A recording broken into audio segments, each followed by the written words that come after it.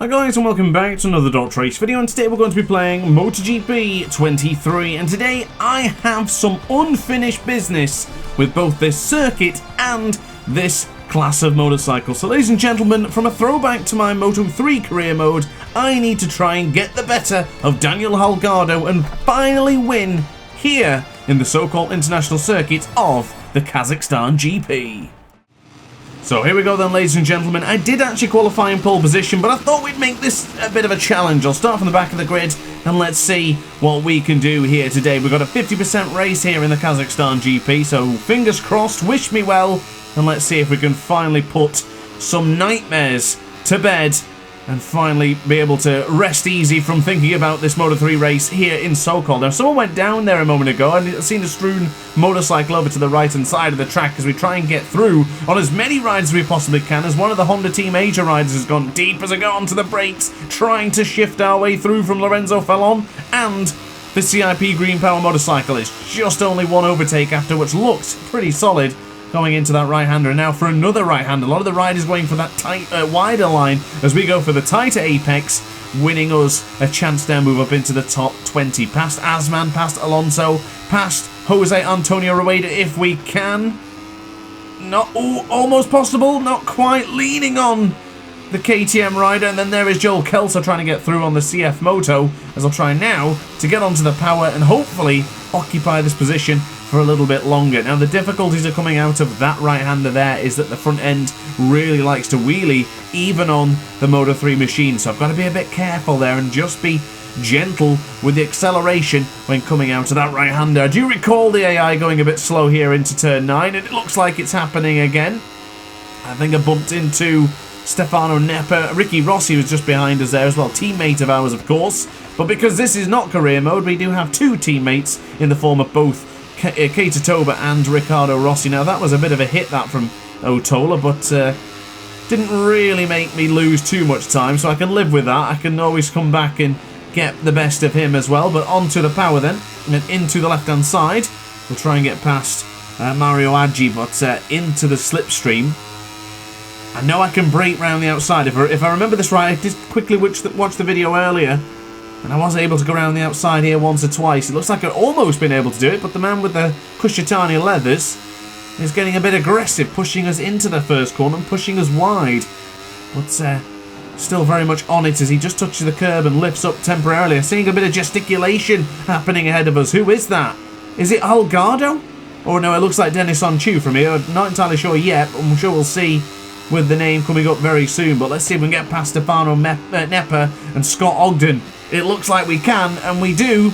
Now move up into the top 11 places in just a lap and a half. Excellent performance so far here within the Moto3 category. I was a little bit concerned before starting today's video. I didn't think I quite had the skills or the pace to still tackle the Moto3 machines, but so far, relatively good as Scott Ogden lunging up on the inside for the right-hander there. That's not going to do me any favours. But I'm sure, with the slipstream, with power setting 3, we should be absolutely fine to continue on the power. Look at Keita Toba just moving left and right, weaving and shimmying for absolutely no apparent reason as we get through upon David Salvador now. Fight back goes Ayumi Sasaki, of course, no longer in Moto3. He's already moved up to the second intermediate class for Moto2. Still hoping to see Ayumi Sasaki do well in the intermediate class. So far, not really done much, but of course they're still very much adjusting to that middle class on their way up to MotoGP. Now we're through, or temporarily through, on the CIP Green Power KTM. Not quite through on David Salvador just as of yet, but a little bit closer. Look at the legs moving out. He was feeling a bit of contact as we set the fastest lap of the race here on lap number 2. It's 1:49.235, so nowhere near as quick as I was doing in the qualifying session, but good enough to gain some position. Scott Ogden's still behind us, of course. He hit us into turn 8 on that previous lap, and here he comes again up on the inside. I'll go for that little tighter, deeper line. We are through, and we're almost back on through David Salvador, but it hasn't happened yet. Still waiting for our chance to get through on the KTM, and there it goes. Opportunity has opened the door as he, whoa, onto the curbs there, coming back on the track as well, a little bit aggressively. Thought it was going to end in a bit of a bad way for Salvador, but thankfully the number 38 is still very much on his KTM. Closing in quite quickly now on the rides ahead. Is David Salvador going to hit us for the third race in a row? Not quite. Third lap in a row. I thought he was actually going to launch it up on the inside, but thankfully did not this time around. And we're actually gaining a bit of time on Salvador and getting ourselves closer to the factory Leopard Hondas. Tatsuki Suzuki and Moto3 World Champion Jama Masia are both there on just ahead of us, but we are picking in major time and really chipping away at the gap, and now already up into the top 5 with just a sneaky little overtake there in Tatsuki Suzuki. A little bit aggressive, but Rubbing is certainly racing within the lightweight category. And now we're trying to go around the outside. There he is! There's Daniel Holgado. He's the reason we started this video here today. Just checking out some old videos, looking at achievements, noticing I needed to try and win here in Sokol. And I did recall that I lost the battle against Daniel Holgado in that Moto3 career mode. It was a brilliant race all the way to the very end, but unfortunately I could just not best the number 96, and unfortunately I did have to accept defeat and finished in second place. But here is an opportunity now to get through on Xavi Artigas. He's going to hit my rear tyre there. Whoa. Always sceptical about any rider hitting us there. Goodness me, Xavi, what's he doing? Really pulling back onto the circuit just for getting onto the curbs. He's really making our life a misery, so take a bit of that. Oh, and I can't look behind me. The glitch has happened again. Why does this keep happening to me? I can't look behind us, I'm afraid. So, unfortunately, we are stuck with not being able to know what's going on just behind us on circuit. So Diogo Moreira is in the lead, but there it is again, another lunge from the AI. Zero care given from Daniel Holgado. He wants to do us again, doesn't he? He wants to beat us once more, but we're not going to let it happen. Through on the inside we went of Holgado, and with the slipstream on Moreira, you know what, I wouldn't mind betting we can get through here. We certainly can. Not the cleanest of overtakes, and it's put me on a perilous spot here because both riders are probably going to go through. Not quite, actually. Holgado didn't go for it. But Diogo Moreira, Moto2 bound, of course, is leading the way as Holgado gets so close again. He's got a death wish, that lad. He is really on the limit here, making contact and just really pushing us to the absolute limit here in the Kazakhstan GP. Great start, by the way. Really good start. We're already on now lap 5 beginning in just a moment's time, and we're up to second place. I've got a great feeling about this one. Can we go around the outside of Moreira here? Not quite. He's lifting me up a little bit, but we still have the prime spot for attack. Just where will it come? I've got so much speed. I'm sure in Moto3 in the career mode I had to drop down to Power Setting 2, but so far Power Setting 3 is getting the job done, and that's a beautiful execution up at the inside. Oh my god. Oh, I forgot about that. I forgot about the rear brake in Moto3. Bloody hell, that was a bit scary, wasn't it? I forgot about that in Moto3. I did the same thing in just a practice a few moments ago for the qualifying. You can't be that aggressive on the rear brake with these motorcycles. You press on that rear brake just a little bit too much, and you'll just find the bike really wanting to just go sideways. That was scary. That was really concerning, but we now have an advantage over 0.8 of a second to Daniel Holgado. Ladies and gentlemen, we might have already pulled the pin here. I was not expecting this against the 120% difficulty AI. In the career mode, they were putting up a thrilling fight. I remember toying a little bit with Holgado, but the majority of it was simply the fact that we were just trying to get the victory here in the Kazakhstan GP. We're on a good run of form in Moto3. But I will say, I absolutely love the Moto3 class. It's probably my favourite. Every single year we have the MotoGP game come out, and I look forward to Moto3 more than anything else in the world. And honestly, I have this itch to get back onto Moto3 bikes. I really do. They were absolutely superb. I want to get back to it, but across the line, another 148. Not quite the pace we had against... in fact, I think it was actually against the clash with Holgado. We're still very much at it, but I do feel with the career mode bikes, they were a little bit slower. And I don't believe we could use Power Steering 3 for such a duration. I think we had to drop it down to Power Steering 2 at one point. But yeah, lap times of a 1:49 was the majority we were doing, but that is career mode, and you don't quite have the upgraded motorcycles like you do in normal time trial and quick races. And I think we're seeing the difference here right now. And coincidentally, I think we're seeing the difference in our MotoGP career mode too. Being on slower motorcycles and then getting an upgraded bike really gives you another lease on life, another opportunity to win in the career mode. This is excellent. Brilliant. In fact, Holgado, if he's going to do anything, he better do something quick, because he's now 2 seconds. It's probably worse than 2 seconds behind. You can see the graphic there in the bottom left-hand corner of your screen. That's your track map. And as it looks, we're 2.3 seconds from Moreira. In Moto 3, that's a huge lead. We're now ahead of the Moto 3 World Champion. 2.3 seconds faster than Giammasia as it is. And this lap time is looking rather promising for an improvement. Onto the brakes we go for turn 10. Difficult corner to get right, that one, because it's easy to run a bit too deep, get caught on this curb here, and then you mess up your position going into turn 11, which of course has a knock-on effect for going into turn 12 as well. But thankfully, didn't seem to give us too much problem there, but we did have a slight wheelie.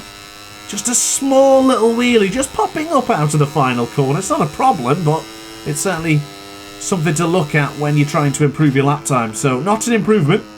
Still very much there with a 1:49.6. Same, more or less the same lap time we did on lap number 3. Going on to, oh, Ivan Atola's gone down. Not great for the number 48, the winner of Kota last season, of course. Still very much expecting big things for Ivan Atola. I think he's an excellent rider, one of the best in Moto 3. And I certainly expect him to do even more in MotoGP 2024 season. So onto the right-hander then, this is turn 5. Still very much using Power Steering 3, which I still will use probably for the duration of the race now, because I'd like to improve that lap time, and considering we're on a good one here, I wouldn't bet against a 1:47. It just all depends on how well we do, and that's not a good start. Thinking about getting good lap times, you cut the corner there for a track limit warning. That's not all peachy, is it? A little bit of a mistake coming in there for the very difficult right and left-hander combinations. So onto the power then. 3 seconds ahead of the 2023 Moto 3 World Champion. Wow. I didn't think I'd pick this up and just immediately be quick again. I'm not saying I'm going to be that fast, but I did look at the time trials and the leaderboards, and I noticed that it would put me in good running for a world record Moto 3 lap. So if you want to see me compete for a world record in Moto 3, let me know in the comments section down below. I think it would be at this track as well. Not a big fan favourite of this track for me. I think it's decent. It's got a very unique layout, but it just does not suit my style at all. Really struggled in our MotoGP Cup when I started streaming the second season of the Ace Academy Cup. So lap 7 has been completed. As you can see, those 48 lap times are really coming in now, and I think they would have been there anyway. It's just because we had a lot of battles with the AI getting rather aggressive going into the right-hander for turn 7, so it certainly ruined our aspirations of trying to get a good lap time here. But to be honest, it's not really a big concern. The only concern of today's video was to focus on completing an objective I couldn't get done in career mode. Unfinished business will be the title of today's video, and I need to fix it. And today it looks like that is going to happen here. I just noticed as well, just a moment ago, Stefano Nepa is really giving it to the Leopard Hondas. He's doing an excellent job as the number 82. Holgado's fallen by the wayside a bit, same as Diogo Moreira, who was an early leader of today's Moto 3 race. But we're on a good lap here. Just can't help to notice that in the top right corner of your screen. But the problem is with this track is I overthink a lot of the corners, and this is a prime example of one of them. I don't feel that went too bad, but I still overthink it, and they're probably one of the more innocuous corners, turn 10, is another one I've begun to start overthinking. It's actually probably my strongest braking point, because it is the strongest braking point here. This and turn 1, of course. But with all things considered, actually didn't go so well into turn 10. We're beginning to lose a lot of time here.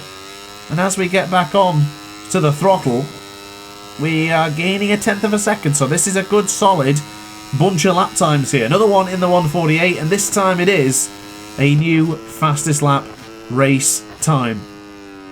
1:58.502 goes the man who is currently fighting for a MotoGP World Championship in our MotoGP 23 career mode. So not bad, all things considered. Do really like the Onjeta River called Honda. I think it looks absolutely beautiful. In fact, no, it's not. It's the 658 Squadra Corsa. Apologies, getting my teams mixed up here right now. On lap number 9. I mean, I've done a lot of videos tonight. Excuse a few slip-ups here and there. Got more career mode races for you this week as well. Of course, Assen and the Sachsenring were both very interesting videos in their own way. I do implore you to check out the Sachsenring video more than anything else, so that was absolutely bonkers, as every single rider in MotoGP Sprint had to start with wet track on slick tyres. It was absolutely ridiculous. It was one of the most hilarious things I've ever witnessed here in MotoGP 23, and I actually thoroughly enjoyed the battle in the race as well. So if you're new to the channel or if you're new to the videos, then definitely have a look at those two videos mentioned, or at least the Sachsenring, because it was absolutely fabulous. Round 7 of the MotoGP 23 career mode. And of course, guys, if you are still enjoying the video and you're still here at this point, must mean that you want to stick around for some more. So why not let it fly with the subscribe button, and why not stay for more? Get the video liked as well if you don't mind. It does really help out the channel. As I get a big wheelie there coming out of the left-hander. I guess that's because I said as well twice. We were on for a good lap time there, but unfortunately I've just scuppered it, and we've dropped down to another 1:48.6. I guess we can work out my race paces. 1:48.6, 1:48.6, 1:48.5, and then, of course, you guessed it, a 1:45.6. Not bad, though, and I've got to say, this is beginning to feel second nature again. I had a terrific Moto3 season. I loved every single minute of recording those videos as we get, yet again, another wheelie. It was absolutely fabulous, and I honestly really miss the Moto3 machines. When MotoGP 24 comes out, we start that career mode, you better believe we're absolutely going to go for it. As Potato says in the Ace Academy, full send. Always full send. Oh, just cut the corner ever so slightly again there. Little bit of a mishap onto the right-hand side, but not to worry. Onto the power again, and we are about a tenth of a second off. Easy enough, and I tell you what, this is the perfect straight to have a beverage. One moment. Beautiful. Beautiful. Little sip of the Australian Aussie lemonade Monster Energy drink. Absolutely beautiful. It's the absolute perfect spot for a beverage. Magnificent. Thank you very much to the Moto3 machines and the Sokol circuit for allowing me to have a drink. Oh, goodness me. Little bit of a wheelie there. Hearts in mouths moment for the aces. Otherwise, this would be unfinished business part 2 coming soon if we didn't get that one done. A little bit of a mishap on the penultimate lap here, but across the line, don't worry, guys and girls, we've still got it in the bag. Lap time dropped by 0.2 of a second, so this is it. Can we get into the 1:47s, or should we just say it's curtains? Unfinished business. No more. No more nightmares. No more thoughts about Moto3 anymore. No more thoughts about finally conquering the Kazakhstan GP. I think after this would mean I've only not won in just one circuit, and I'm pretty certain you guys can work out what track that is.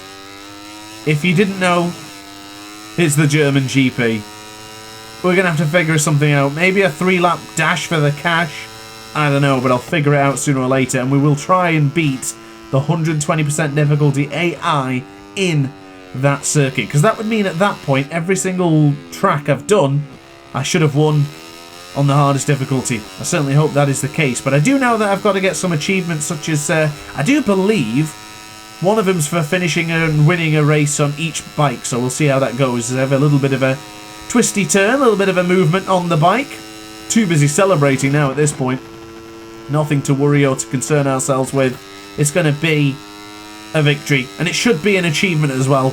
Do love getting the achievements. Let me know if you're a trophy or achievement hunter, and let's chalk achievements and trophies in the chat. Massive fan. I always love to get all the achievements. It's a big satisfaction from certain games, it really is. But anyway, this is it.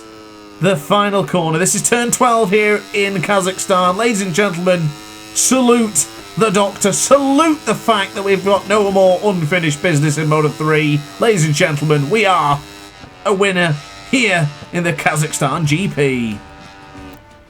Oh, there's the achievement noise. Oh, how sweet it is. Unfortunately, you won't see the pop-up because I don't have the overlay recording. But anyway, enough about that. Ladies and gentlemen, we are victors in the Kazakhstan GP, and we won quite comfortably ahead of Jaume Masia, Tatsuki Suzuki, and, of course, most importantly, Daniel Holgado in 5th place.